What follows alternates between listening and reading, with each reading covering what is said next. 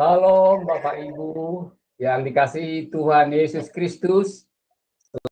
Selamat malam bagi semua yang berada di Indonesia. Selamat sore bagi yang berada di Jerman. Dan selamat pagi bagi yang berada di Amerika dan Kanada.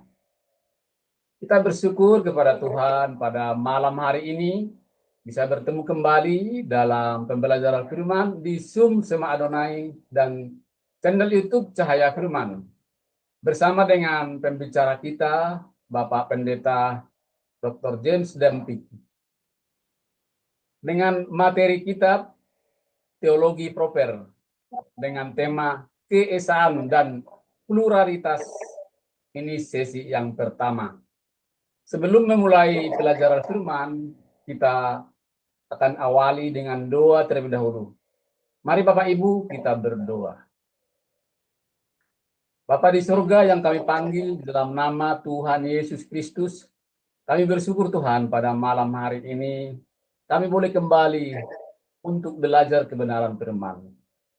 Berkati saya Tuhan sebagai moderator untuk dapat bisa saya memimpin dan memandu pembelajaran firman-Mu ini dari awal pertengahan sampai selesai.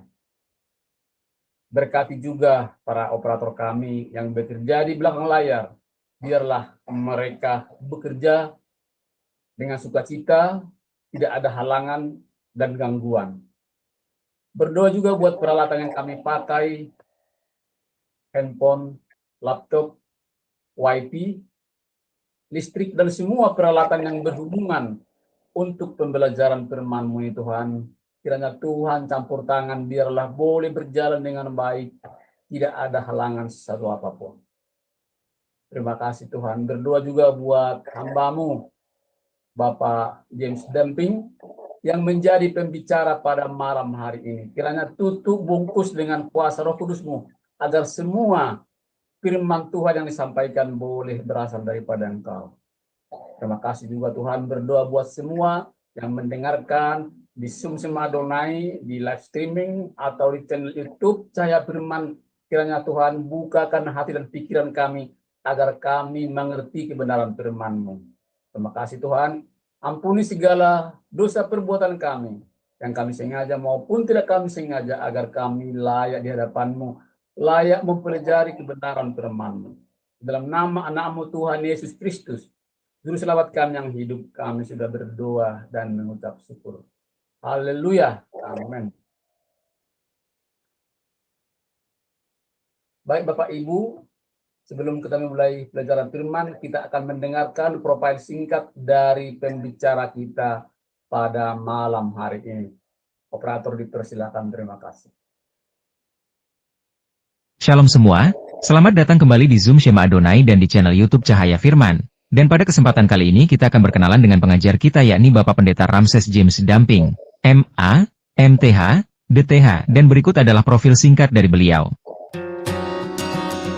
Beliau lahir di Kota Mobagu, Sulawesi Utara, pada tanggal 1 Juni tahun 1962. Beliau mengalami kelahiran baru menerima Yesus pada bulan Juni tahun 1978. Beliau memiliki istri bernama Insinyur Denisha Riduran, dan serta dikaruniai seorang anak yang bernama Daniel Kristofani Damping, mahasiswa teologi program S1 tingkat akhir.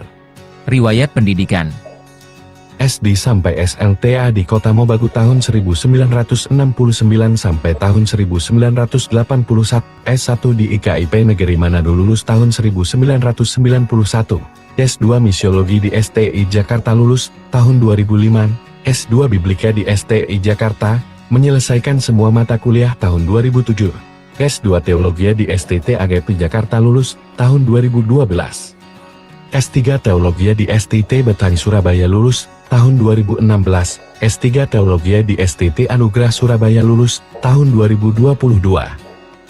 Riwayat pelayanan. Sejak tahun 1979, beliau telah aktif terlibat dalam berbagai pelayanan gerejawi. Pada periode tahun 1979 hingga tahun 1983, beliau berperan dalam pelayanan perintisan yang diinisiasi oleh Yayasan Penginjilan Injil Indonesia Kota Mobagu sebagai pelayan paruh waktu. Setelah itu, Dari tahun 1983 hingga tahun 1991, beliau melanjutkan pelayanannya di Gereja Alkitab Anugerah GA Manado, juga sebagai pelayan paruh waktu. Pada tahun 1992, beliau secara penuh waktu turut berkontribusi dalam perintisan Gereja Alkitab Anugerah di Makassar 1 tahun kemudian, pada tahun 1993 hingga tahun 1999. Beliau melayani sebagai gembala sidang dalam proses perintisan dan pengembangan Gereja Alkitab Anugerah di Medan. Pelayanan beliau berlanjut di Jakarta Timur, di mana pada tahun 1999 hingga tahun 2007 beliau menjabat sebagai gembala sidang di Gereja Alkitab Anugerah Jakarta Timur. Setelah itu, mulai tahun 2007 hingga saat ini, beliau terus melayani sebagai gembala sidang di Gereja Kristen Alkitab Indonesia di Jakarta Timur. Selain pelayanan di gereja, sejak tahun 2008 hingga sekarang, beliau juga berperan sebagai pengajar di Sekolah Tinggi Teologi STT, Biblika Jakarta sebagai dosen tetap, serta mengajar di berbagai STT lain di Indonesia pada program studi sarjana S1, Magister S2, dan Doktoral S3.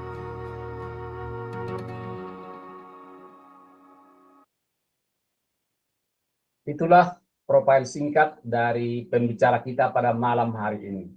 Baik Bapak Ibu, saya akan menyapa beliau. Salam, selamat malam Pak James. Apa kabar? Shalom semuanya, kabar baik dalam pimpinan Tuhan. Ya, puji Tuhan. Kiranya Bapak James selalu dalam penyertaan Tuhan dalam setiap pekerjaan dan pelayanannya. Dan sekarang waktu selanjutnya saya serahkan kepada Bapak untuk memaparkan tema kita pada malam hari ini. Saya persilakan Pak, terima kasih. Ya, terima kasih Bapak Ibu sekalian. Sebelum kita masuk dalam penelan Alkitab, mari kita berdoa. Bapa di sorga, kami mengucap syukur di dalam nama Tuhan Yesus Kristus dalam persekutuan dengan Roh Kudus, oleh karena kasih karunia-Mu bagi kami, menyelamatkan kami dari kematian kekal, dan mengangkat kami menjadi anak-anak Tuhan, menjadi orang kudus-Mu, orang-orang yang telah dibenarkan oleh darah Kristus yang tercurah di kayu salib, dan kami boleh semakin mengenal Tuhan melalui kitab suci. Kami bersyukur Tuhan untuk semua berkat rohani ini, dan biarlah kiranya dalam hidup ini kami boleh menjadi alat dalam tangan Tuhan untuk memberitakan kabar baik tentang keselamatan yang telah dikerjakan sempurna oleh Allah Tritunggal yang Esa, Bapa, Anak, dan Roh Kudus. Dan kami bersyukur karena kami sendiri sudah lebih dahulu mengalami itu, dan biarlah kiranya kami semuanya boleh dapat memberi diri kami, memberi waktu kami untuk mengabarkan kabar baik ini. Terima kasih Bapa, sertai penelan Alkitab malam hari ini. Biarlah kiranya semua boleh mempermuliakan nama Tuhan yang agung dan besar, dan boleh menjadi berkat bagi kami semua. Di dalam nama Tuhan Yesus kami naikkan doa ini. Haleluya. Amin. Bapak Ibu, saudara yang kekasih dalam Tuhan, hari ini kita akan masuk pada doktrin utama Alkitab, di mana pada beberapa pertemuan yang lalu kita sudah membahas topik pertama di dalam 3 doktrin utama kekristenan gitu. Nah, malam hari ini kita akan membahas tentang doktrin Allah. Nah, doktrin Allah termasuk doktrin utama di dalam kekristenan yang mempersatukan semua gereja di dunia, baik gereja-gereja di barat maupun gereja-gereja di wilayah timur. Tentu kecuali bidat-bidat gitu ya. Jadi bidat-bidat biasanya mereka menolak doktrin yang telah dirumuskan secara jelas oleh bapak-bapak gereja melalui konsili-konsili pada abad permulaan. Nah, hari ini atau malam hari ini kita akan membahas topik tentang Allah Tritunggal. Seri yang pertama kita akan melihat data-data di dalam Alkitab PL dan PB mengenai keesaan sekaligus juga kejamakan. Dan kita harus melihat data-data ini secara total tanpa ada yang tercecer agar kita boleh mendapatkan satu gambaran yang utuh atau penjelasan yang utuh tentang siapa Allah yang hidup, Allah yang benar, Allah Alkitab, Allah yang menyatakan diri melalui para nabi di PL, para rasul di PB, dan puncaknya Allah yang datang ke dalam dunia menjadi manusia, dan kita mengenal itu di dalam Kristus Yesus. Nah, kita akan mulai penelaan Alkitab malam hari ini dengan kita mengikuti slide yang sudah saya sediakan. Kita akan awali dulu dengan pendahuluan bahwa doktrin Allah Tritunggal, di sini saya pakai dalam kurung Esa Tri, ini istilah yang pernah dipakai oleh dosen kami 20-an tahun lalu ketika kuliah. Dia berkelakar, dia bilang kalau dia berada juga atau hadir di Konsili Nisea tahun 325, maka dia katanya akan mengusulkan istilah Esa Tri, bukan Tritunggal. Kenapa? Karena kalau Tritunggal, Tri duluan, maka orang luar memiliki kesan seakan-akan Allahnya orang Kristen itu ada 3 karena sudah dimulai dengan kata Tri. Maka saya, kalau ada saat itu saya akan mengusulkan Esa Tri.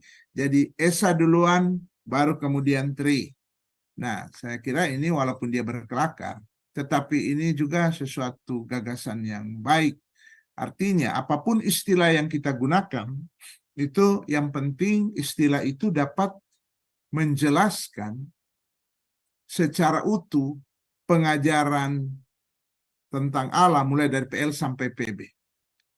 Jadi kalau kita belajar Alkitab, kita awali dengan namanya teologi biblika, seperti saya sudah jelaskan pada pertemuan-pertemuan lalu. Teologi biblika itu hanya terdiri dari data-data Alkitab, dan kita membahas kitab per kitab gitu ya. Topik yang sama tetapi kitab per kitab. Dan itu yang juga saya lakukan ketika menyelidiki tentang topik Allah Tritunggal ini. Saya coba menyelidiki kitab per kitab yang membicarakan tentang Allah gitu ya. Setelah selesai PL sampai PB, baru kemudian masuk ke teologi sistematika. Di dalam teologi sistematika kita tidak menafsir lagi, karena tafsiran itu sudah kita lakukan pada waktu teologi biblika. Dalam teologi sistematika, kita hanya membuat sistematikanya. Kita menyusun secara rapi gitu.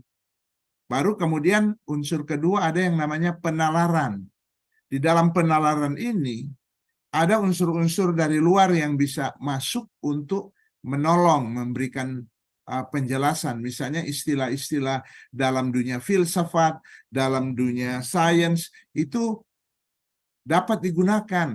Karena istilah-istilah dalam dunia sains atau filsafat itu yang lebih dikenal oleh masyarakat pada umumnya. Jadi pada masa bapak-bapak gereja mereka juga menggunakan istilah-istilah dari luar. Salah satu istilah adalah Tritunggal.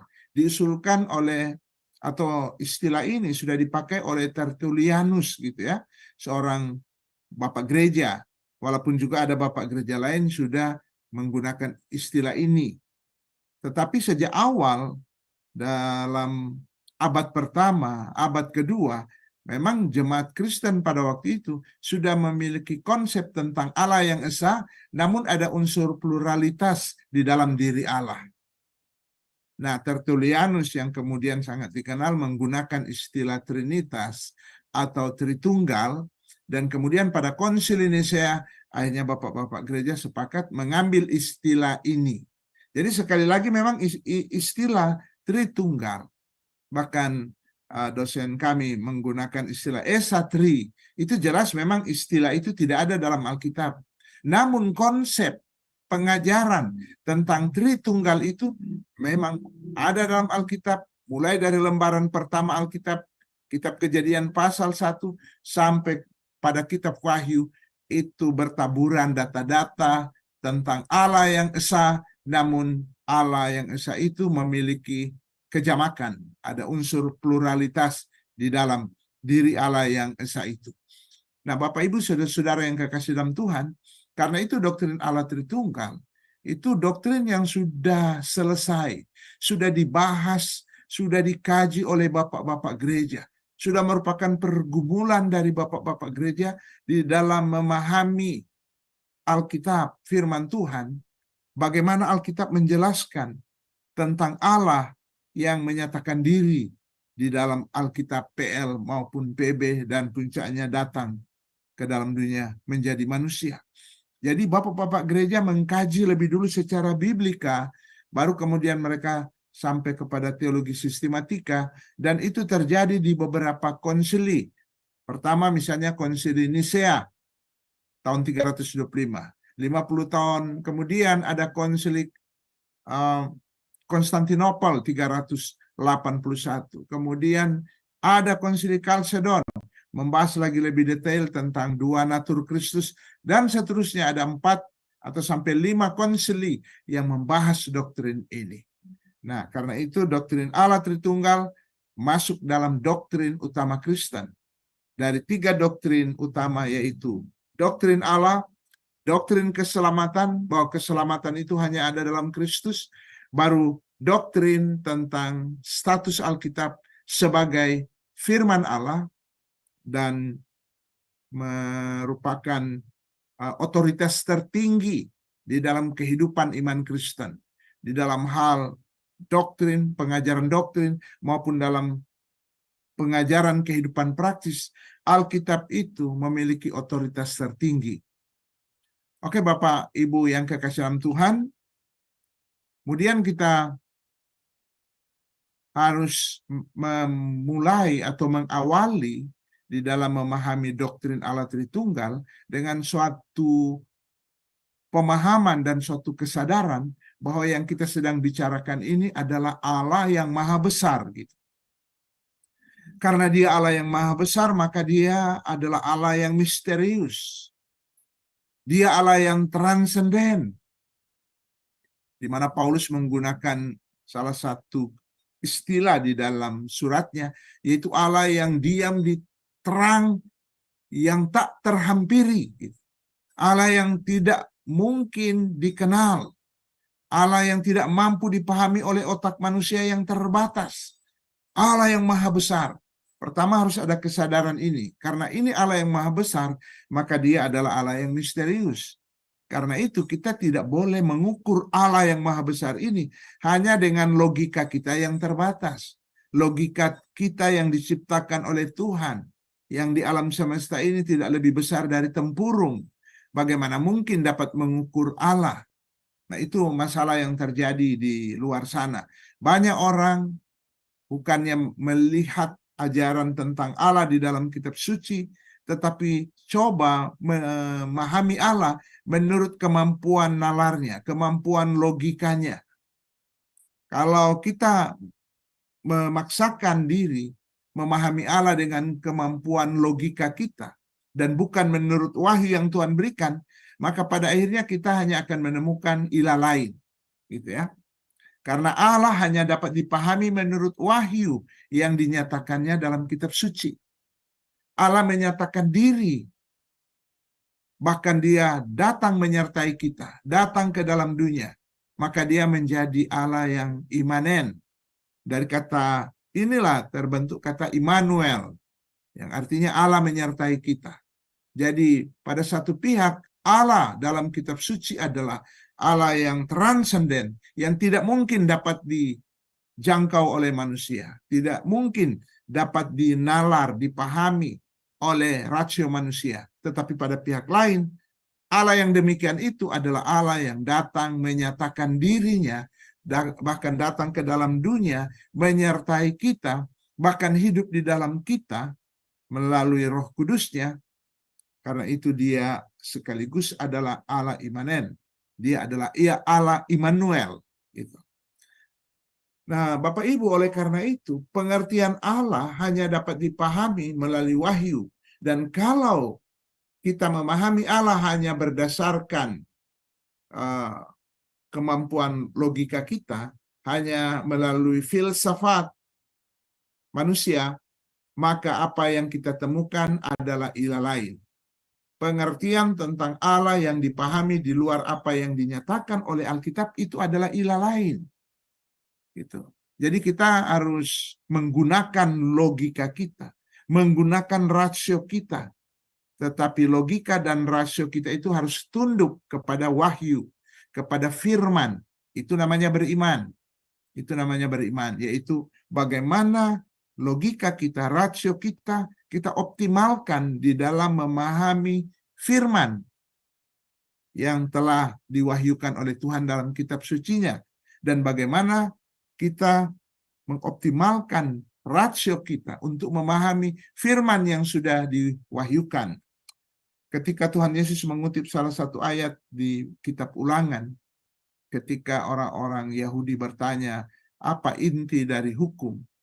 Dan Yesus katakan, kasihilah Tuhan Allahmu dengan segenap hatimu, dengan segenap jiwamu, dengan segenap kekuatanmu.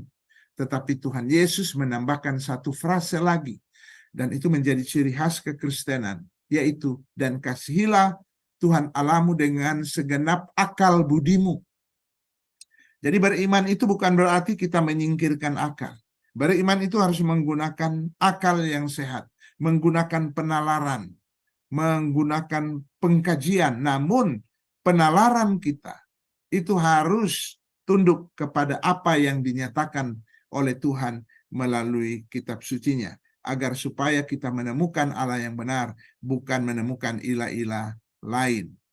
Nah, Bapak Ibu yang kekasih, kita akan masuk sekarang pada keesaan Allah.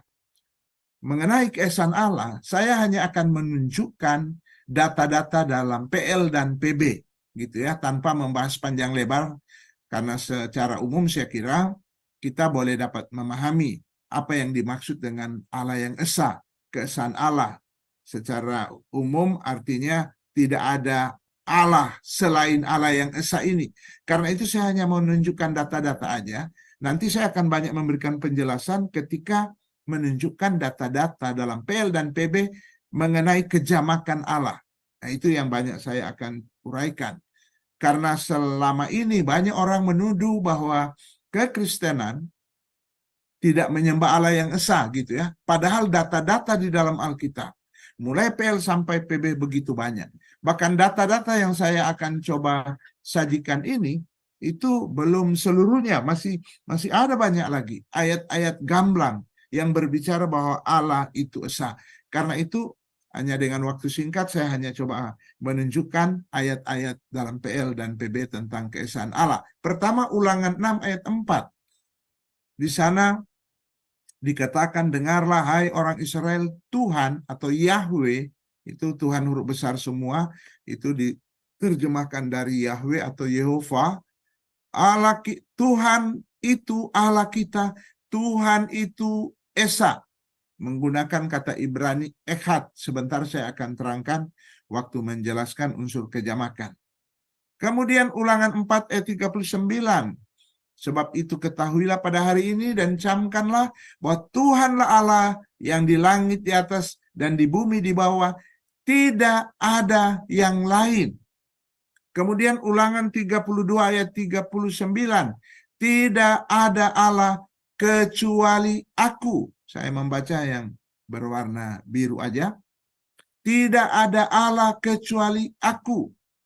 Kemudian Yesaya 43 ayat 10 sampai 11, ayat 10 kalimat terakhir, sebelum aku tidak ada Allah dibentuk, dan sesudah aku tidak akan ada Allah lagi.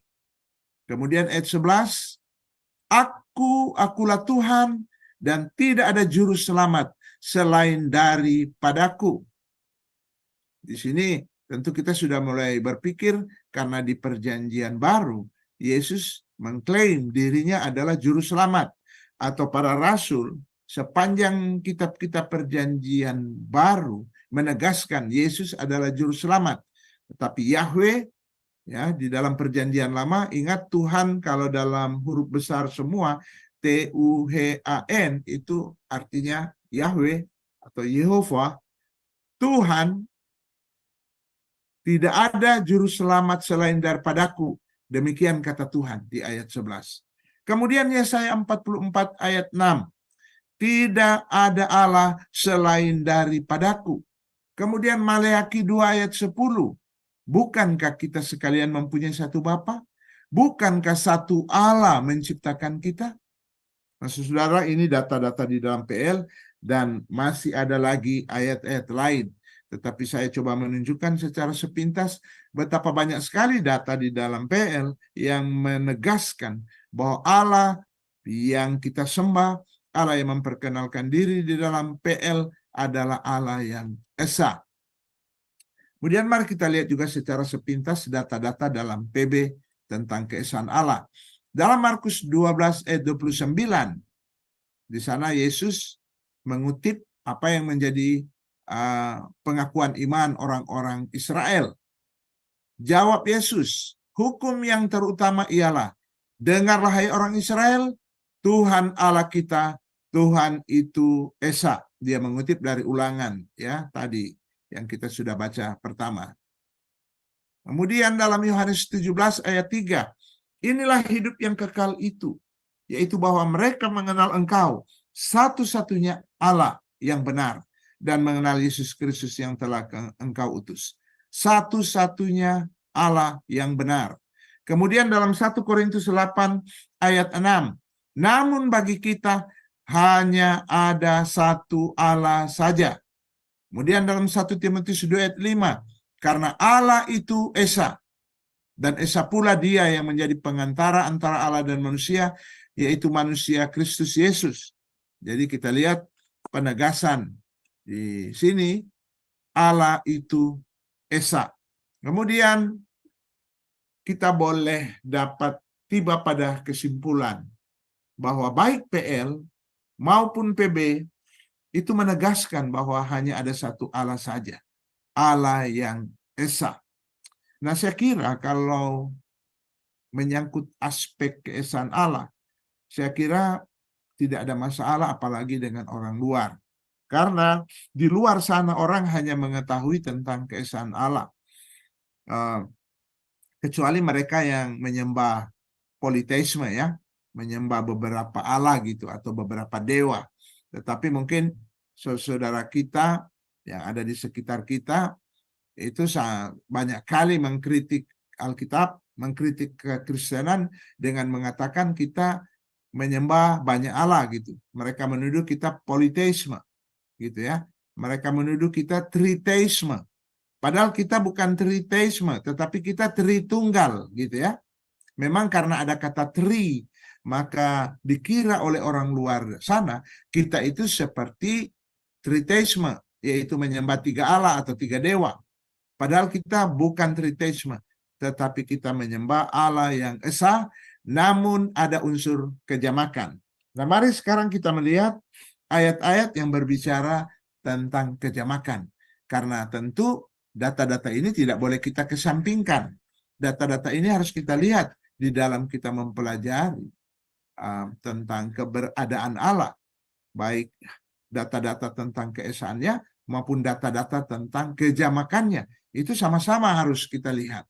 Namun saya akan banyak memberi penjelasan mungkin kaitan dengan ayat-ayat yang berbicara kejamakan Allah, karena seringkali juga orang Kristen menganggap bahwa unsur kejamakan Allah nanti muncul di PB gitu ya. Itu banyak orang Kristen mengira seperti itu, bahwa nanti di PB baru kemudian kita mengenal tentang Tritunggal gitu, atau ada unsur kejamakan Bapa, Anak, dan Roh Kudus. Padahal sebenarnya unsur kejamakan itu sudah mulai dari Perjanjian Lama.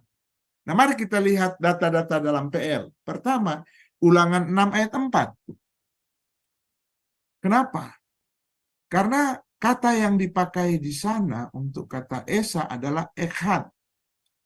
Di dalam bahasa Ibrani, itu ada istilah, ada dua istilah yang dapat digunakan untuk menyatakan keesaan.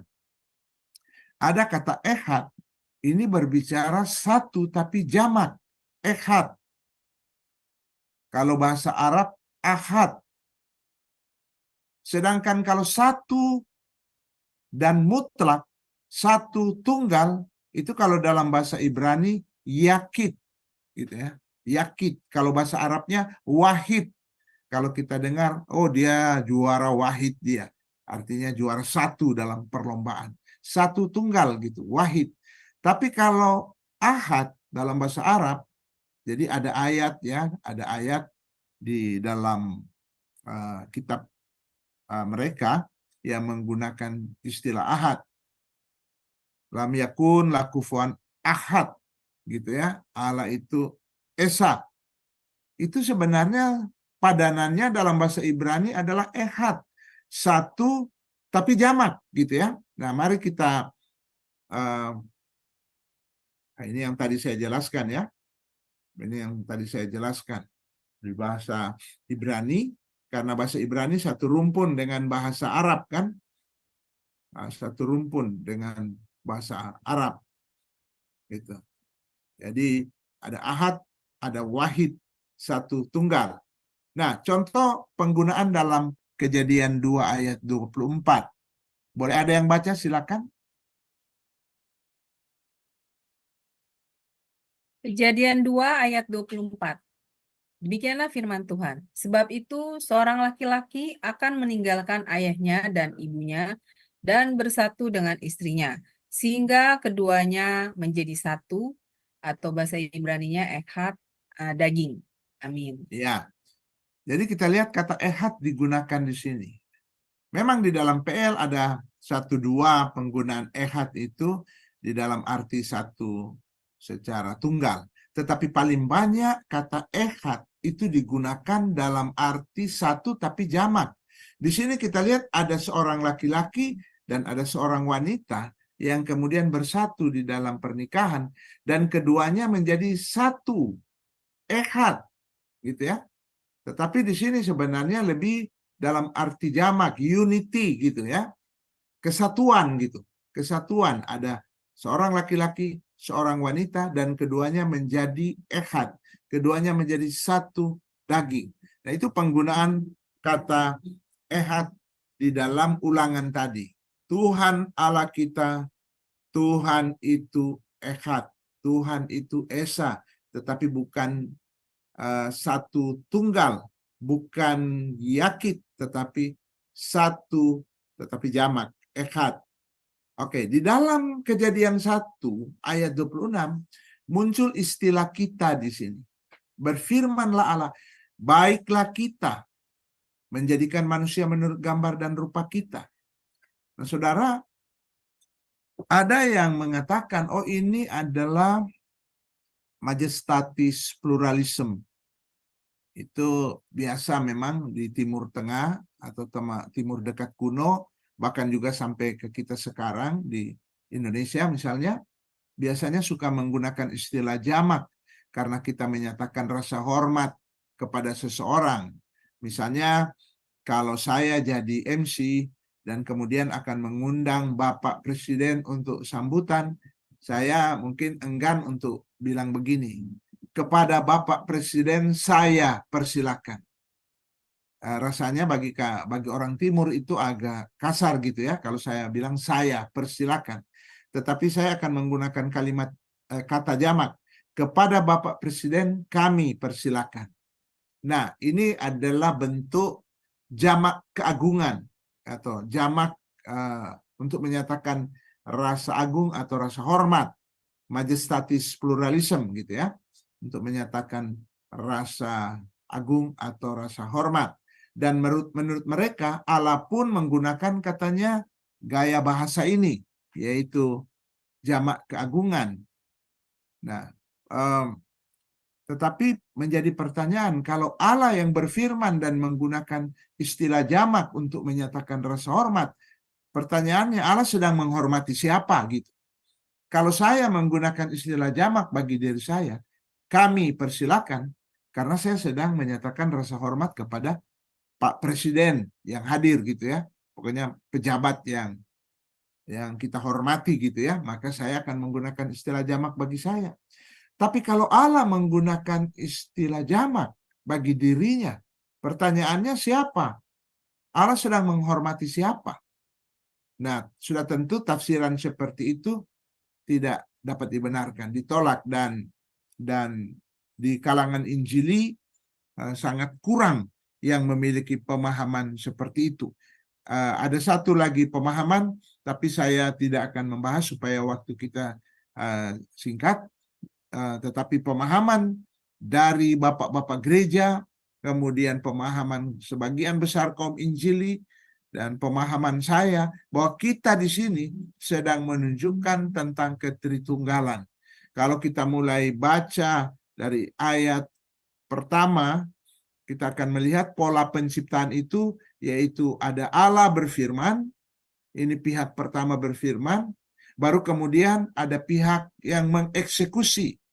Itu dapat diperhatikan. Termasuk di ayat ini, ada Allah berfirman, baiklah kita. Baru ayat 27, ada pihak yang mengeksekusi. Maka Allah menciptakan manusia itu menurut gambarnya. Itu pola ini dipakai mulai dari penciptaan pertama, coba bisa diperhatikan oleh Bapak Ibu. Jadi ayat 26 itu ada pihak yang menyampaikan perintah gitu ya. Baiklah kita menjadikan manusia. Tetapi di ayat 27 ada pihak yang mengeksekusi perintah itu. Maka Allah menciptakan manusia itu. Dan kalau kita telusuri lebih lanjut, maka ayat 27 itu kita melihat bagaimana Roh Kudus dan Sang Firman, Sang Anak mengeksekusi itu. Karena itu data-data di dalam Alkitab, di dalam kitab Kejadian, kita bisa melihat bagaimana Roh Kudus turut terlibat dalam penciptaan. Kemudian juga Yesus terlibat dalam penciptaan.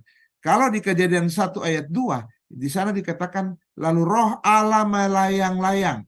Saudara, LAI menggunakan kata melayang-layang untuk menerjemahkan bentuk aktif dari kata Ibrani.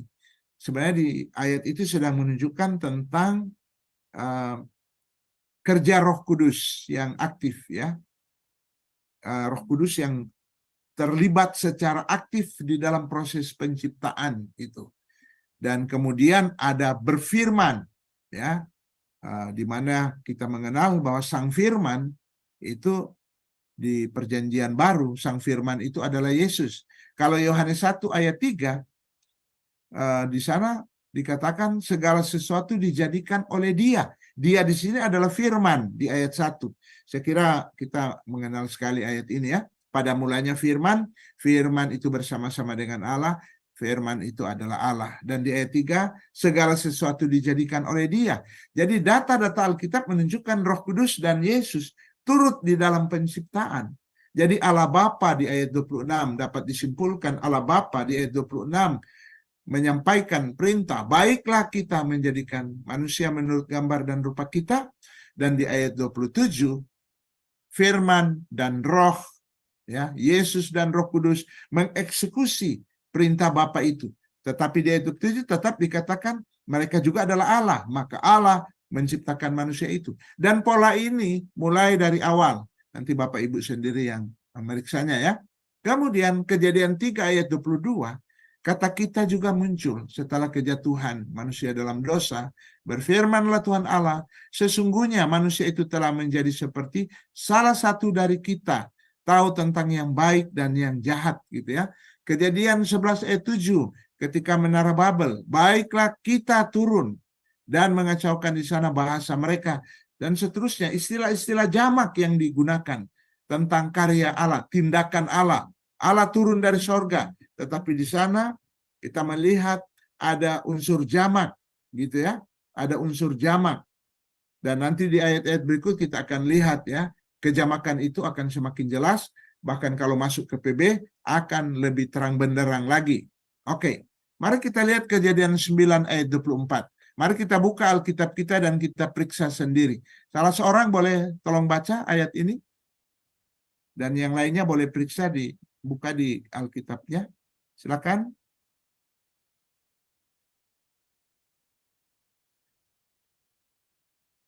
Yang dimonitor, Pak. Ya, yang ada di slide ini. Ya. Kejadian 19 ayat 24. Kemudian Tuhan menurunkan hujan belerang dan api atas Sodom dan Gomora berasal dari Tuhan dari langit. Nah, saudara, kita mungkin juga sudah cukup akrab dengan latar belakang cerita Kejadian 19 ini. Itu dimulai dari pasal 18, bahwa ada 3 orang menampakkan diri pada Abraham. Dan kemudian Abraham menahan mereka, dia kemudian mengadakan jamuan makan gitu ya, di bawah pohon. Dan 2 orang ini melanjutkan perjalanan ke Sodom dan Gomora. Ternyata 2 orang ini adalah malaikat gitu ya, yang menampakkan diri seperti manusia. Dan yang satu ternyata adalah Tuhan sendiri. LAI menulis dalam huruf besar Tuhan. Artinya Yahweh gitu ya. Yahweh atau Yehova. Terserah istilah apa yang kita mau pakai untuk bacaan YHWH itu ya. Nah, Tuhan berdiri di hadapan Abraham dan Abraham tawar-menawar dengan dia. Tuhan, kalau 40 orang benar ada di Sodom, apakah engkau akan hukum? Enggak, Tuhan bilang. Waduh, jadi ragu Abraham. Bagaimana kalau 30 Tuhan? Aku tak akan hukum. Maaf Tuhan, bagaimana kalau 20? Tidak. Jangan marah Tuhan. Bagaimana kalau ada 20, ada 10 gitu ya. Ada 10. Nah, Abraham jadi ragu. Jangan-jangan ketika berada di Sodom sana, ponakannya Lot itu tidak pernah menginjil. Jadi cuma dia orang benar di situ. Bagaimana kalau 10 Tuhan? Tuhan bilang enggak. Tetapi setelah itu Tuhan tutup percakapan. Langsung Tuhan meninggalkan Abraham. Dan apa yang Tuhan lakukan? Tuhan yang pada waktu itu ada di bumi. Barusan bercakap dengan Abraham. Ya, dan Tuhan ini, Yahweh ini menurunkan hujan belerang dan api atas Sodom dan Gomora berasal dari Tuhan, Yahweh, dari Samayim. Samayim itu bisa diterjemahkan langit, bisa diterjemahkan sorga gitu ya. Jadi kita lihat di sini ada pribadi yang berbeda ada di bumi, tapi ada pribadi yang disebut juga Yahweh yang ada di sorga. Sehingga di dalam pemahaman kaum Hebraik ya, kaum Israel yang diajar oleh para nabi termasuk dalam kitab-kitab Musa, mereka sudah punya konsep tentang kejamakan. Karena ada data-data seperti ini gitu ya. Ada unsur kejamakan gitu ya. Walaupun ketika pulang dari Babel, konsep itu mengalami perubahan gitu ya. Mungkin sebentar saya bisa terangkan kenapa sampai terjadi perubahan ketika mereka pulang dari Babel. Ya, karena trauma mereka dihukum di Babel sebenarnya itu karena kesalahan mereka menyembah berhala gitu ya, menyembah berhala gitu ya. Dan Tuhan menghukum mereka oleh karena selain menyembah Yahweh, mereka juga menyembah berhala. Tetapi ketika pulang dari Babel, mereka itu jatuh kepada pemahaman monoteisme yang ketat gitu. Di mana Allah Esa itu sudah dalam arti yakin satu tunggal. Jadi mereka bahkan sampai meninggalkan unsur kejamakan. Mungkin nanti ke depan ya, ayat-ayat di depan saya coba jelaskan kalau masih ada waktu. Dalam Kejadian 22 ayat 1 sampai 9 di mana Allah mencoba Abraham gitu ya. Firman-Nya, ambillah anakmu yang tunggal itu. Jadi Allah berfirman, ambil anak tunggalmu dan coba persembahkan anakmu di Bukit Moria.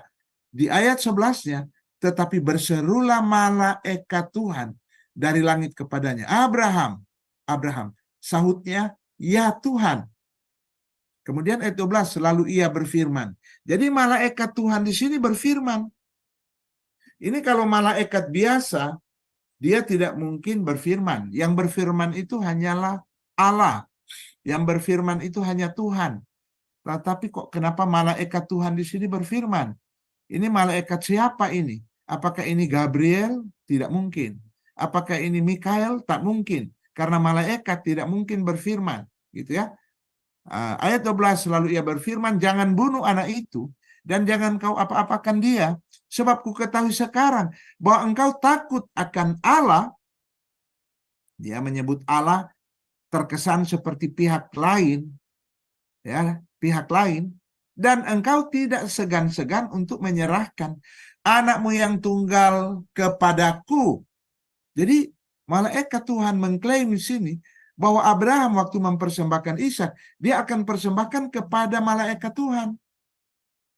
Tapi di kalimat atas, di sini malaikat Tuhan bilang, engkau takut akan Allah. Sebab ku ketahui sekarang bahwa engkau takut akan Allah. Kenapa dia nak bilang aja, sebab engkau takut akan daku gitu kan? Tetapi dia menyebut Allah itu seperti pada pihak lain. Engkau takut akan Allah. Tetapi kemudian dia mengatakan bahwa Abraham tidak segan-segan menyerahkan anaknya itu kepadanya. Menyerahkan anakmu yang tunggal kepadaku. Nah, di sini kita mulai coba melihat siapa sosok malaikat Tuhan di sini. Oke ya. Di ayat 15, untuk kedua kalinya berserulah malaikat Tuhan dari langit kepada Abraham. Katanya, aku bersumpah demi diriku sendiri. Demikianlah firman Tuhan. Firman Yahweh. Jadi malaikat Yahweh di ayat 15, di ayat 16 itu adalah firman dari Yahweh juga. Di sini malaikat Yahweh bersumpah begini, aku bersumpah demi diriku sendiri. Mengapa? Mengapa? Hanya Tuhan yang bisa bersumpah demi diri sendiri. Kalau manusia bersumpah demi tentu yang ada di atasnya. Kalau kita demi Tuhan gitu ya, demi Tuhan. Kalau kemarin baru ada pelantikan presiden, pelantikan presiden dan menteri-menteri di Jakarta, tentu itu tidak apa-apa karena memang wajib untuk sumpah gitu ya. Kami bersumpah gitu ya demi nama Tuhan gitu ya, karena Tuhanlah yang ada di atas. Nah, kalau Tuhan bersumpah, Tuhan mau pakai nama siapa di atas selain nama dirinya? Malaikat ini, kalau dia hanya malaikat biasa, dia akan berkata, aku bersumpah demi Tuhan atau demi Allah. Tetapi di sini, dia bersumpah demi dirinya sendiri. Karena tidak ada pribadi lain lagi di atas dia. Jadi malaikat Tuhan ini adalah sosok yang unik, ya, sosok yang unik. Ingat, istilah malaikat itu artinya utusan. Utusan Yahweh. Waktu Yesus datang ke dunia, Yesus mengatakan, aku diutus oleh Bapa. Gitu ya. Jadi jangan kita bingung dengan istilah malaikat di sini, karena waktu Yesus datang ke dunia, statusnya juga dia adalah malaikat, atau dia adalah rasul, dia utusan, tetapi dia utusan dari sorga, di mana dia juga adalah pribadi Yahweh. Jadi gelar Yahweh itu dapat disematkan ternyata kepada Bapa, kepada Anak, dan kalau kita pelajari lebih lanjut, dan kepada Roh Kudus, gitu ya. Nama Yahweh itu dapat disematkan kepada tiga pribadi ini. Jadi saya kira bagi kita yang punya konsep monoteisme trinitarian, ya, esa tetapi jamak, tidak akan bingung dengan data begini. Bagi mereka yang cuma punya konsep satu pribadi, misalnya kalangan Sabelian gitu ya, Sabelianus, yang mengatakan Allah itu cuma satu pribadi tapi ada tiga peran, seperti saya, James Damping, satu pribadi tapi ada tiga peran. Di rumah saya ayah, di kampus saya dosen, di gereja saya gembala gitu ya, pendeta, ada tiga peran. Bukan seperti itu ajaran tentang Alkitab, tentang Allah dalam Alkitab. Bukan satu pribadi tiga peran, tapi satu hakikat tiga pribadinya. Contoh di sini ada pribadi yang disebut malaikat Tuhan gitu ya. Maka aku akan memberkati engkau, dan kita tahu hanya Tuhan yang memberkati. Kemudian Keluaran 3 ayat 2-6, yaitu Tuhan menampakkan diri kepada Musa. Itu hal yang sama juga. Lalu malaikat Tuhan menampakkan diri kepadanya Musa, ya, di dalam nyala api. Dan mari kita lihat di dalam ayat 4, ketika dilihat Tuhan Yahweh bahwa Musa menyimpang untuk memeriksanya, api yang sedang belukar yang sedang menyala, berserulah Elohim dari tengah-tengah semak duri itu kepadanya, Musa, Musa. Dan malaikat Tuhan itu yang disebut Allah dalam ayat 4 menjawab, ya Allah. Musa menjawab, ya Allah, gitu ya. Jadi yang ada di belukar api itu adalah Allah. Berserulah Allah dari tengah-tengah semak duri itu. Kalau ada pertanyaan yang menampakkan diri pada Musa itu malaikat Yahweh atau Yahweh? Dua-dua benar. Dia adalah Yahweh, tapi sekaligus dia juga adalah malaikat Yahweh. Sama dengan Yesus ada di bumi. Dia adalah Tuhan, tapi juga dia adalah utusan Tuhan, gitu ya. Karena Yesus bilang, aku diutus oleh Bapa, gitu. Lalu ia berfirman. Jadi kita lihat malaikat Tuhan yang ada di ayat 2 tadi berfirman, gitu ya. Tanggalkanlah kasutmu dari kakimu, sebab tempat di mana engkau berdiri adalah kudus. Dan kalau di dalam PL kita lihat, biasanya itu kehadiran Allah menyebabkan tempat di sekitar itu kudus dan mereka harus menanggalkan sepatunya. Lalu ia berfirman, akulah Allah ayahmu, Allah Abraham, Allah Ishak, Allah Yakub. Jadi malaikat Yahweh ini kemudian mengklaim dirinya adalah Elohimnya Abraham, Elohimnya Ishak, Elohimnya Yakub. Bahkan di ayat 14, kemudian ketika Musa tanya siapa namamu, akhirnya dia menyebut Ehye Aser Ehye. Akulah aku, atau aku adalah yang aku ada. Atau ketika diterjemahkan Ehye Aser Ehye ke dalam bahasa Yunani, yaitu terjemahan Septuaginta, PL bahasa Ibrani, tapi diterjemahkan ke bahasa Yunani, terjemahan Septuaginta, itu diterjemahkan ego eimi. Dan kalimat ini dipakai Yesus ketika berdebat dengan orang-orang Yahudi. Dan ketika mereka berdebat dengan dia mengatakan sebelum Abraham jadi, ego eimi. Dan kalimat itu adalah kalimat yang diucapkan Yahweh di Gunung Sinai di ayat 14. Ya, sini saya tidak cantumkan. Dan membuat orang-orang Yahudi langsung marah karena mereka langsung menyimpulkan berarti Yesus ini menyamakan dirinya sama dengan Allah.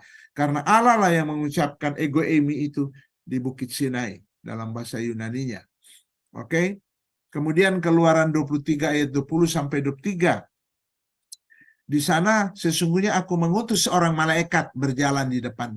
Kalau di bagian lain yang memimpin orang Israel keluar dari Mesir itu adalah Allah.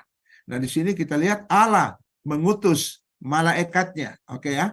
Sesungguhnya aku mengutus seorang malaikat berjalan di depanmu untuk melindungi engkau di jalan dan untuk membawa engkau ke tempat yang telah kusediakan. Jagalah dirimu di hadapannya dan dengarkanlah perkataannya. Janganlah engkau mendurhaka kepadanya, sebab pelanggaranmu tidak akan diampuninya. Jadi kita lihat malaikat ini bukan malaikat sembarangan. Malaikat yang dapat mengampuni atau juga dapat menghukum atau mengutuk. Pelanggaranmu tidak akan diampuninya, sebab namaku ada di dalam dia. Tentu ini bukan malaikat Gabriel, Mikael, Serubim, bukan. Tetapi ini malaikat pencipta gitu. Bukan malaikat ciptaan seperti yang tadi saya sebut. Tapi dia ketika datang ke dunia, dia adalah utusan gitu. Karena itu disebut malaikat ya.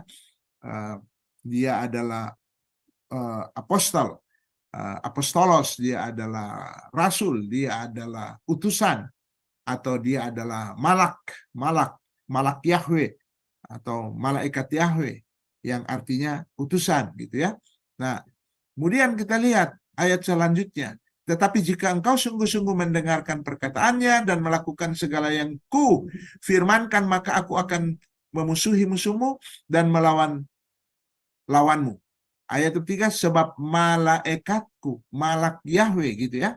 Malaikatku akan berjalan di depanmu dan membawa engkau kepada orang Amori, orang Het, Feris, orang Kanaan, orang Hewi, dan orang Yebus, dan aku akan melenyapkan mereka. Kalau kita baca Keluaran 23, ayat 25 sampai pasal 24, ayat 1, kita lihat yang berjalan di depan orang Israel dalam bentuk tiang awan, tiang api itu adalah Allah. Tetapi di sini kita lihat Allah menggunakan istilah malak Yahweh. Siapa dia? Tentu bagi kita yang Trinitarian tidak akan bingung lagi. Tetapi kita langsung meyakini bahwa Yesus datang di PL dan menemui Musa.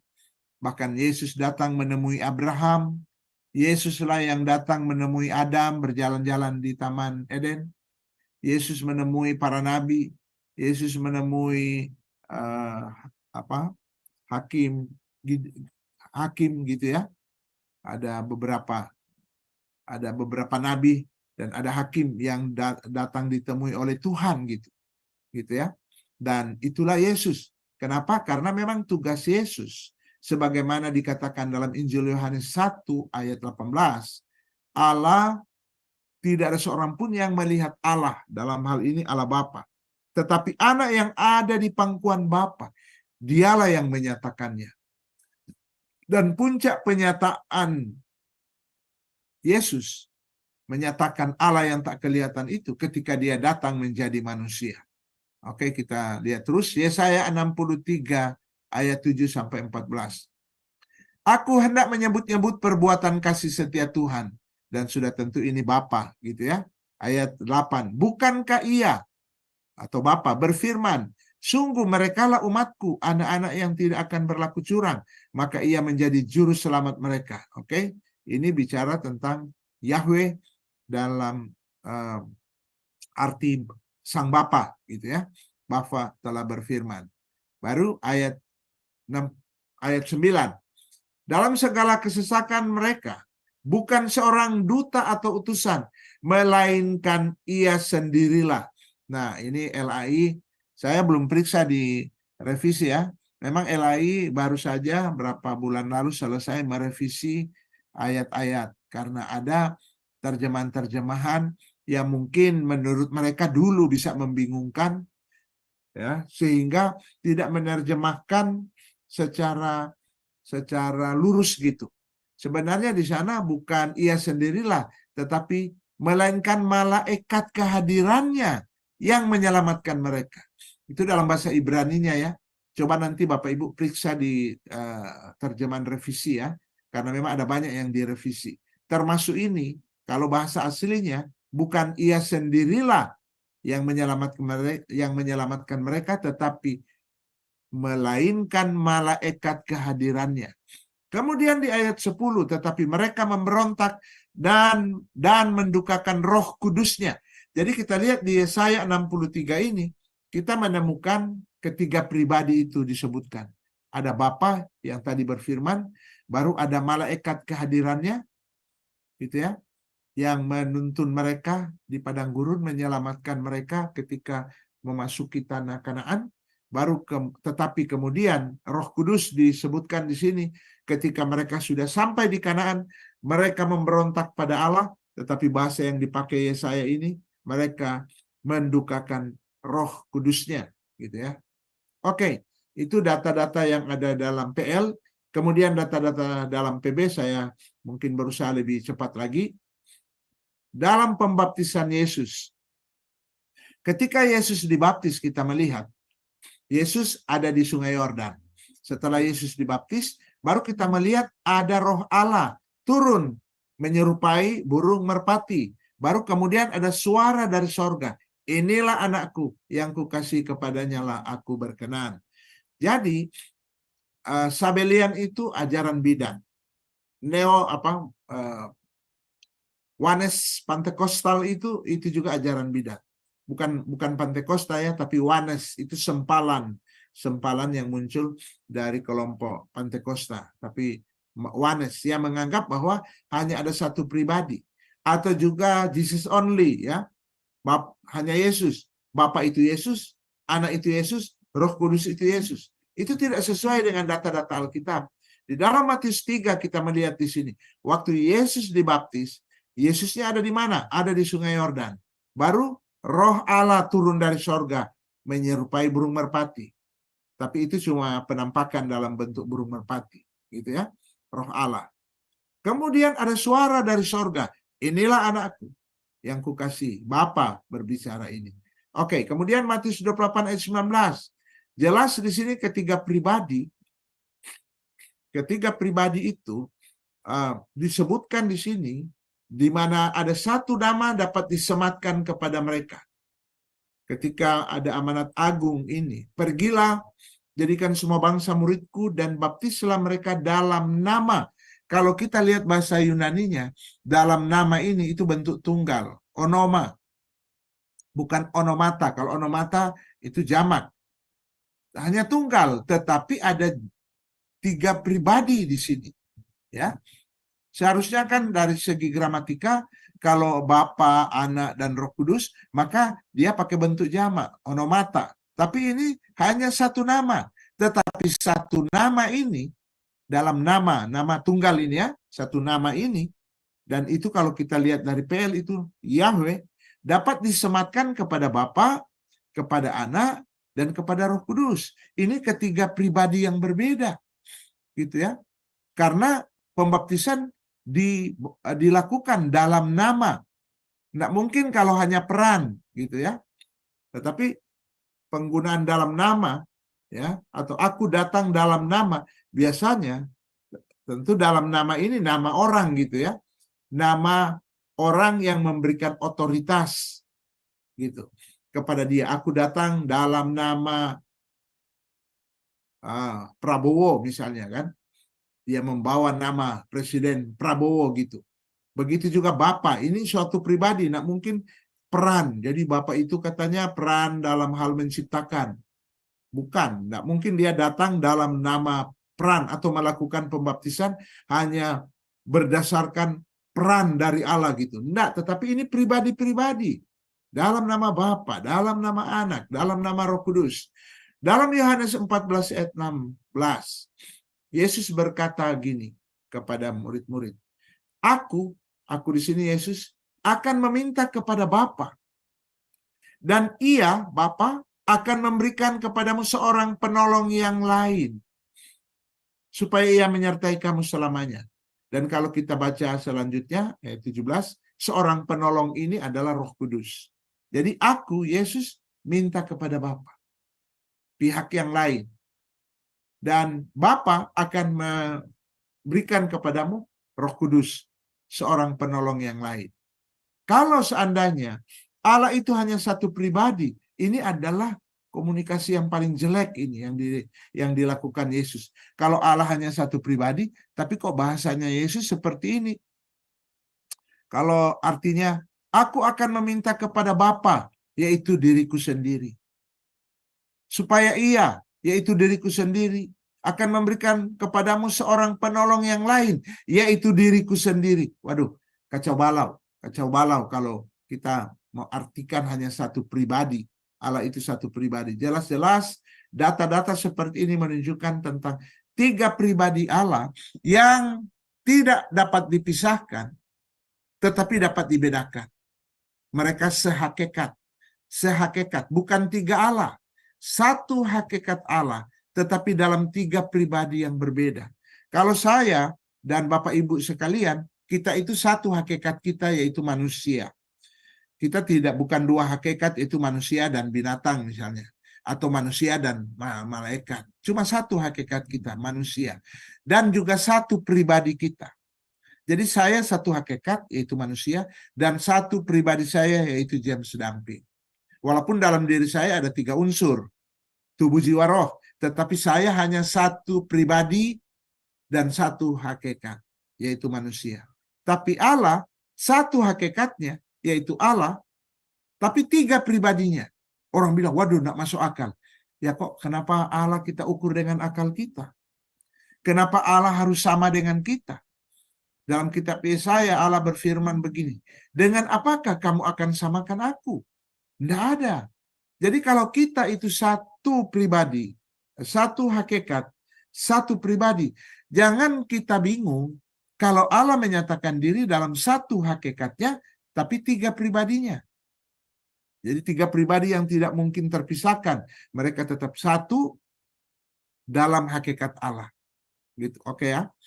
Kemudian Yohanes 14 ayat 26, tapi penghibur, yaitu Roh Kudus, yang akan diutus oleh Bapa dalam namaku. Jadi kita lihat ada Roh Kudus, ada Bapa, dan ada Yesus.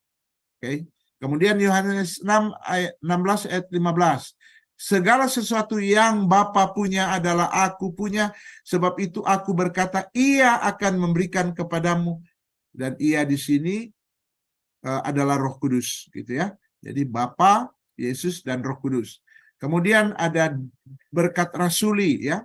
Doa berkat biasanya para pendeta di gereja dalam menutup kebaktian mengutip dari berkat rasuli ini. Kasih karunia Tuhan Yesus Kristus, kasih Allah, dan persekutuan Roh Kudus.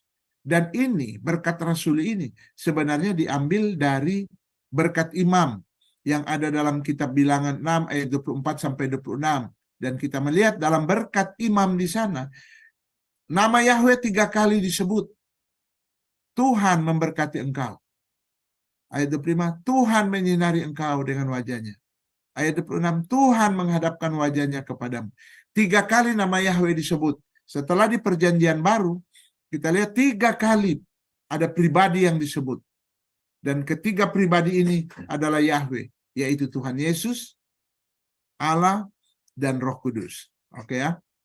Dalam 1 Petrus 1 ayat 2, di sini dijelaskan bahwa gereja dibangun oleh Allah Tritunggal, yaitu orang-orang yang dipilih sesuai dengan rencana Allah Bapa kita, dan yang dikuduskan oleh Roh supaya taat kepada Yesus Kristus.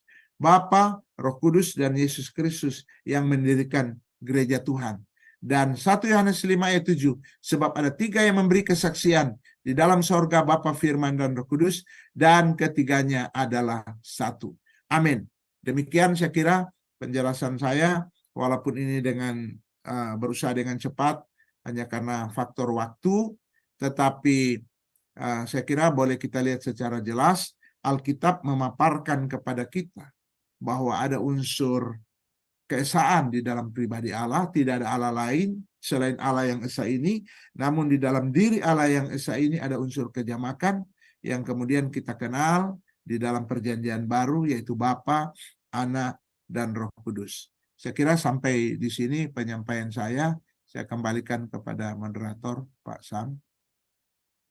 Baik, terima kasih Pak James atas pemaparannya pada malam hari ini. Nah, sebelum kita lanjutkan ke sesi tanya jawab, kita akan mendengarkan terlebih dahulu pengumuman untuk beberapa hari ke depan. Ibu Aling dipersilakan. Terima kasih. Ya, baik. Pak Sam, terima kasih. Baik, Bapak Ibu, saya akan membacakan acara-acara Sema Adonai ke depannya ya. Ya, sudah tampak di layar ya, Bapak Ibu. Baik, untuk besok hari Rabu 23 Oktober 2024 di jam 21:10 waktu Indonesia Barat di Sema Adonai akan kembali ada kelas pembelajaran firman ya Bapak Ibu.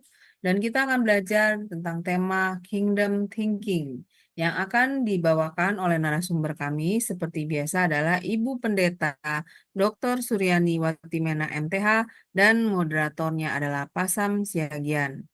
Selanjutnya di hari Kamis 24 Oktober 2024 di jam 21:10 waktu Indonesia Barat kembali di Sema Adonai akan ada kelas pembelajaran firman kembali dan kita akan belajar tentang tema Biblical Worldview yang akan dibawakan oleh narasumber kami yaitu Pak Evangelis Joseph Kuntadi MTH dan moderatornya adalah Ibu Aling, saya sendiri. Kemudian ini adalah renungan pagi Sema Adonai ya Bapak Ibu, diadakan setiap hari mulai dari hari Senin sampai dengan Sabtu, dimulai dari jam 5:30 pagi waktu Indonesia Barat dan dilayani oleh hamba-hamba Tuhan yang sangat memberkati. Jadi Bapak Ibu untuk renungan pagi Sema Adonai ini, Bapak Ibu dapat ikuti lewat Zoom Sema Adonai atau lewat channel YouTube Cahaya Firman. Jadi bagi Bapak Ibu yang belum mensubscribe channel kami, channel Cahaya Firman, tolong subscribe channel kami, channel Cahaya Firman, sehingga Bapak Ibu bisa mengikuti keseluruhan acara-acara Sema Adonai, terutama yang tidak di-live-kan di channel-channel lain. Contohnya seperti program Renungan Pagi Sema Adonai, kemudian program dari Renungan Pagi Bapak Gembala kami sendiri, yang diadakan setiap hari Jumat 1 kali dalam seminggu, dan juga program ibadah online Sema Adonai. Dan tolong bantu share juga ya Bapak Ibu channel Cahaya Firman ini kepada yang lain. Sehingga semakin banyak juga orang-orang yang bisa mengikuti keseluruhan acara-acara Sema Adonai lewat channel Cahaya Firman. Dengan begitu, Bapak Ibu telah membantu channel kami, channel Cahaya Firman, untuk menjadi lebih berkembang dan menjadi berkat lagi bagi banyak orang. Terima kasih Bapak Ibu atas perhatiannya. Tuhan berkati. Saya kembalikan kepada Pak Sam sebagai moderator. Dipersilakan. Baik, terima kasih Ibu Aling. Itulah kegiatan Sema Adonai dan channel YouTube Cahaya Firman yang ditayangkan untuk beberapa hari ke depan. Baik Bapak Ibu yang ingin bertanya atau sharing, silakan raise hand terlebih dahulu, maka operator kami akan membuka mute-nya. Masih ada waktu sekitar 10 menit. Mari Bapak Ibu dipersilakan yang mau bertanya. Ya, sebelum ada yang bertanya, saya tulis sedikit tadi di pendahuluan itu Pak, mungkin mohon maaf, mungkin apa penulisannya kurang pas. Doktrin Allah Tritunggal Esa-Tri adalah hasil dari pergumulan memahami firman Tuhan berabad-abad oleh Bapak Gereja. Allah yang benar adalah Allah yang maha besar dan misterius, transenden, yang tidak mampu dipahami oleh otak manusia yang terbatas. Mungkin kata misteriusnya itu Pak, apa kurang pas? Bagaimana Pak?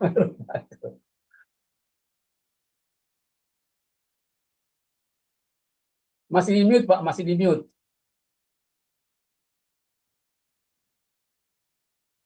Misterius itu misteri sebenarnya, misteri dari kata misteri atau rahasia gitu, sesuatu iya, yang iya, tidak iya. mungkin dapat kita jangkau gitu. Itu istilah misterius itu, misterius ya. Dari Oh iya kata Pak, ya misteri. mungkin kan dalam pandangan orang umum kan mungkin kalau misterius itu kan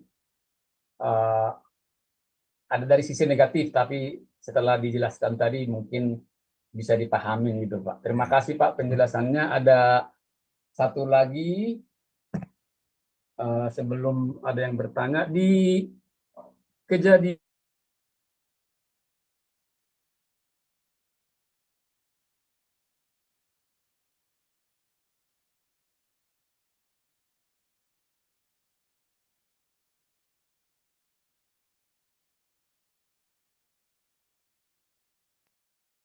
Iya, sepertinya Pak Sam Gambar dan pesan ya. rupa kita. Oh, ya. Silakan. Pak Sam, diulang. Pak James dengar nggak Tidak. perkataan? Iya. Diulang Pak. Tadi sempat frozen. Ya, Oh silakan. iya, iya. Yang kejadian satu itu Pak ya, Iya. belum selesai saya baca ya, saya baca ulang. Berfirmanlah Allah, baiklah kita menjadikan manusia menurut gambar dan rupa kita, supaya mereka berkuasa atas ikan-ikan di laut, dan seterusnya. Mungkin saya juga sebelum banyak belajar, pengertian kita ini, dulu saya masih agak bimbang itu, tapi sekarang sudah lebih mengerti. Mungkin untuk lebih jelas sekali lagi, dalam pengertian kita itu, tadi kan Pak sudah jelaskan, itu adalah ketritunggalan Allah kalau tidak salah. Mungkin dijelaskan sekali lagi biar orang pada umumnya bisa lebih mengerti Pak gitu. Kadang-kadang kan di apologet itu banyak yang bertanya, kenapa dibilang kita? Memang berapa Allahmu itu kan, kadang-kadang seperti itu Pak gitu. Terima kasih Pak. Iya, yang jelas istilah kita itu menunjukkan kejamakan, gitu ya. Jadi bukan majestatis pluralism, yaitu sedang menghormati pihak lain, karena Allah dia sedang menghormati siapa gitu ya. Tentu kalau ketika Allah mengucapkan itu, dia tidak sedang menghormati pihak lain. Kalau saya bisa menggunakan istilah jamak bagi diri saya, karena saya sedang menghormati, misalnya tadi saya contohkan Bapak Presiden ada hadir di acara dan saya mengundang dia datang ke mimbar untuk sambutan, maka saya tidak akan menggunakan istilah tunggal, yaitu saya persilakan, tapi saya akan menggunakan istilah jamak, kami persilakan. Padahal itu saya maksudnya sebagai MC, tapi saya menggunakan istilah jamak, kami persilakan. Ada banyak orang coba menjelaskan seperti itu, bahwa ayat 26 di sini itu adalah bentuk majestatis pluralisme itu. Tetapi itu tidak benar itu. Karena kalau sampai Allah menggunakan gaya bahasa majestatis pluralisme, pertanyaannya dia sedang menghormati siapa? Allah sedang menghormati siapa? Tetapi sebenarnya memang Allah ini sedang menyatakan tentang kejamakannya, yaitu Allah Bapa menyampaikan perintah di ayat 26, dan ada pihak yang mengeksekusi di ayat 27 yang disebut juga Allah. Dan kalau kita lihat data di dalam Alkitab, bahwa yang menciptakan bumi ini kan, seluruh dan segala isinya, itu Bapa menciptakan, Roh Kudus menciptakan. Misalnya Kejadian 1 ayat 2, Roh Kudus melayang-layang, itu sedang menunjukkan tindakan kreatif dari Roh Kudus, kata melayang-layang itu. Kemudian di ayat lain juga ada kayak di Ayub, ya, Roh Kudus menciptakan. Baru Yesus di dalam Injil Yohanes misalnya 1 ayat 3, Sang Firman itu menciptakan segala sesuatu gitu.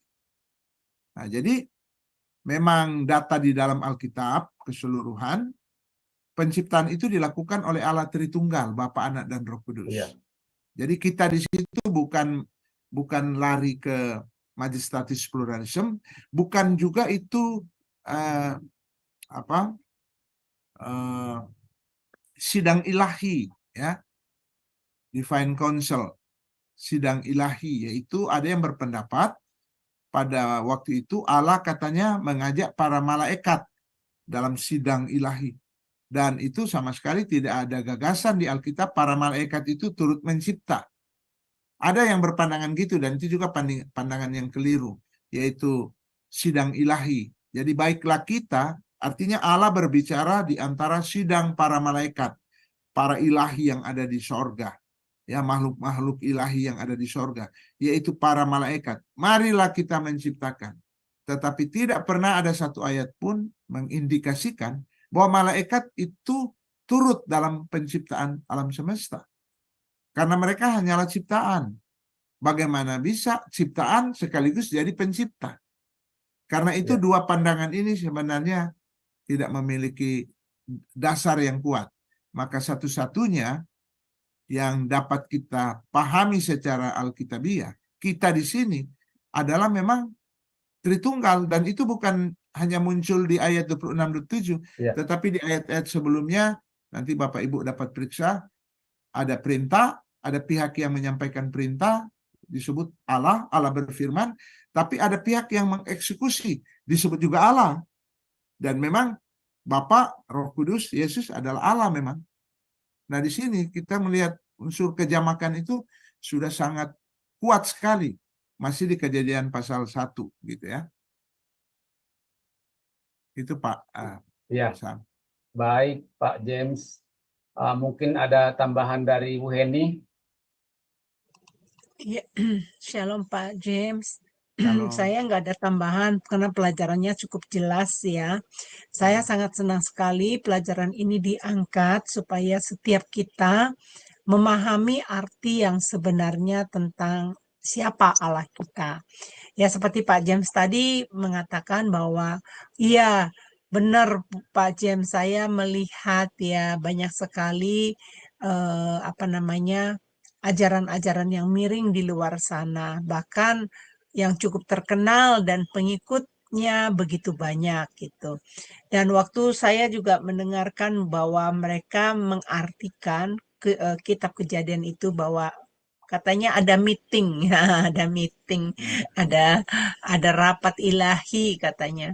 Nah, mereka mengambilnya itu dari bahasa asli katanya Pak, karena kalau kita ini kan membacanya Alkitab bahasa Indonesia katanya. Jadi kita mesti tahu dari bahasa aslinya katanya gitu. Nah, bagaimana cara menjawabnya itu Pak kepada mereka yang demikian? Itu kalau bahasa asli memang dia menggunakan bukan bara di situ. Kalau Kejadian 1 ayat 1 memang itu pada mulanya Allah menciptakan, kata menciptakan di situ bara. Dan kata bara di dalam perjanjian lama selalu hanya dikaitkan dengan tindakan Allah. Nah, di ayat 26 memang tidak menggunakan kata bara, tetapi Asya. Nah, Asya itu membuat, membentuk, menjadikan. Jadi manusia dapat membuat gitu ya. Asya itu bisa membuat atau membentuk gitu ya. Tapi bukan menciptakan. Jadi kalau kita membuat meja, bangku, itu dari kayu yang diciptakan Tuhan. Kayu diciptakan Tuhan, kita ambil, baru kita buat meja, kita buat bangku. Nah, itu penggunaan kata Asya. Tetapi kata Asya bukan hanya digunakan bagi makhluk, tetapi di bagian-bagian lain Allah juga kata Asya seringkali dikaitkan dengan Allah. Misalnya Allah membentuk ya, Allah di Ayub kalau nggak salah itu Allah membentuk gitu ya, Allah membentuk kita atau Allah menjadikan kita. Jadi hanya karena istilah di situ bukan bara itu tidak dapat kita katakan oh di situ bukan hanya Allah tapi ada malaikat sehingga tidak pakai bara. Itu lebih payah lagi, lebih parah lagi karena malaikat kita tarik menjadi pencipta gitu. Dan itu tidak didukung sama sekali oleh data PLPB. Malaikat itu pencipta gitu. Tapi kalau firman, di situ firman dan Roh Kudus, jelas ada banyak data di dalam Alkitab bahwa sang firman yaitu Yesus mencipta, Roh Kudus juga mencipta. Gitu. Kalau malaikat mencipta hanya karena kata Ibraninya Asya, itu saya kira lemah argumentasi itu. Iya Pak. Iya, Masa kalau pakai kata itu. benar, iya benar, saya setuju Pak. Terima kasih Pak. Ya, Ya, kita terima menunggu kasih. masih ada 3 pelajaran lagi ya Bapak Ibu untuk menyelesaikan Ya. teologia proper ini. Saya kembalikan ke Pak Sam. Baik, karena waktu sudah hampir habis, mungkin kita akhiri. Sebelum kita akhiri, mungkin Pak James tadi kan sudah paparkan semua, memang agak cepat tadi. Tapi kalau Bapak Ibu yang menonton kurang jelas, bisa ditonton ulang di channel YouTube Cahaya Firman agar lebih jelas. Dan seperti yang disampaikan oleh Bu Henny tadi, masih ada sambungannya pembelajaran yang pada malam hari ini. Jadi Pak James tolong diberikan closing statement dan ditutup dengan doa. Dipersilakan Pak, terima kasih.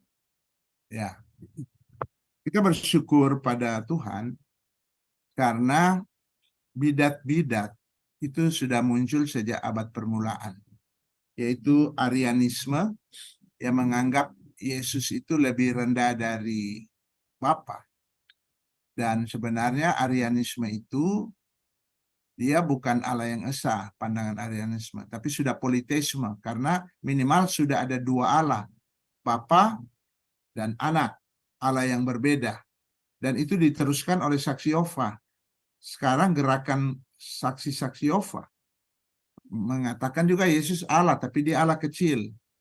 Baru kemudian Bapa itu Allah yang sejati.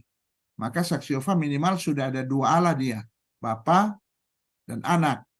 Jadi Allah yang besar dan Allah yang kecil.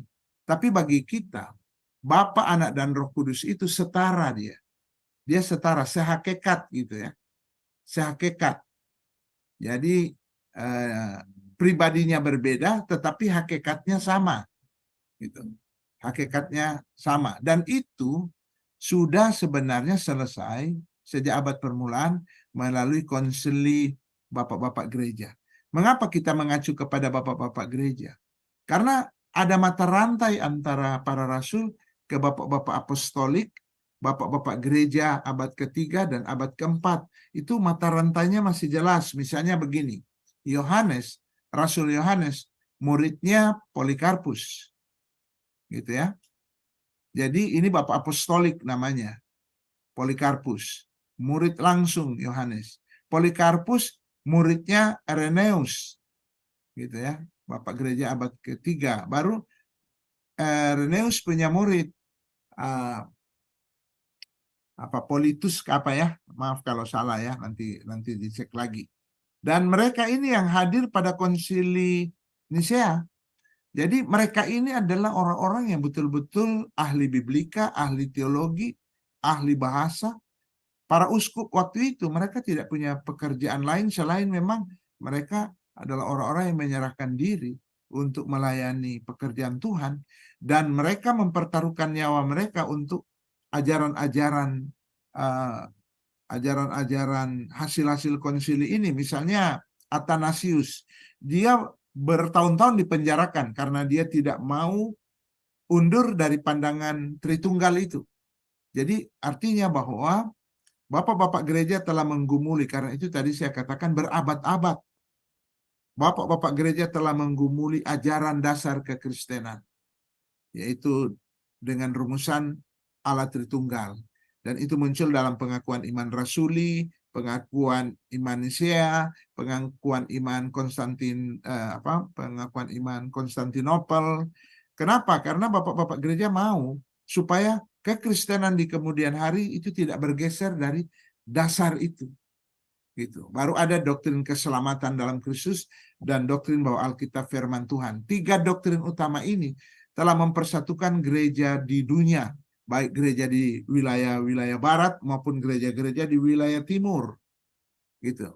Kalau hal-hal sekunder memang ada perbedaan-perbedaan. Tetapi tidak masalah kalau ada perbedaan hanya menyangkut eskatologi atau hal-hal lain. Tetapi yang penting doktrin dasar, yaitu Allah yang kita sembah itu, doktrin Allah yang kita sembah, itu satu di dalam kekristenan 21 abad ini.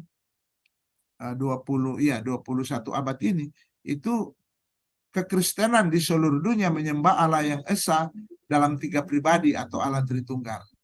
Tapi kemudian muncul bidat-bidat, gitu. Dan bidat-bidat itu sebenarnya sejak abad permulaan sudah dikutuk sebagai bidat, gitu ya.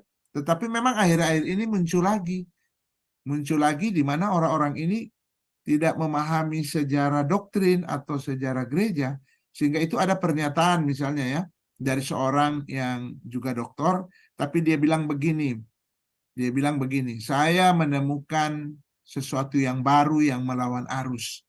Dan ketika dia kemukakan pandangannya, ternyata pandangannya itu sama dengan pandangan Arianisme. Tapi dia bilang adalah sesuatu yang baru. Ini menunjukkan bahwa dia tidak pernah belajar sejarah doktrin. Pandangan dia itu bukan sesuatu yang baru, itu sudah kadaluarsa, itu pandangan sudah sejak dulu yang oleh bapak-bapak gereja. Mereka gumuli selama 4 bulan. Ada 300-an hamba Tuhan waktu itu berkumpul.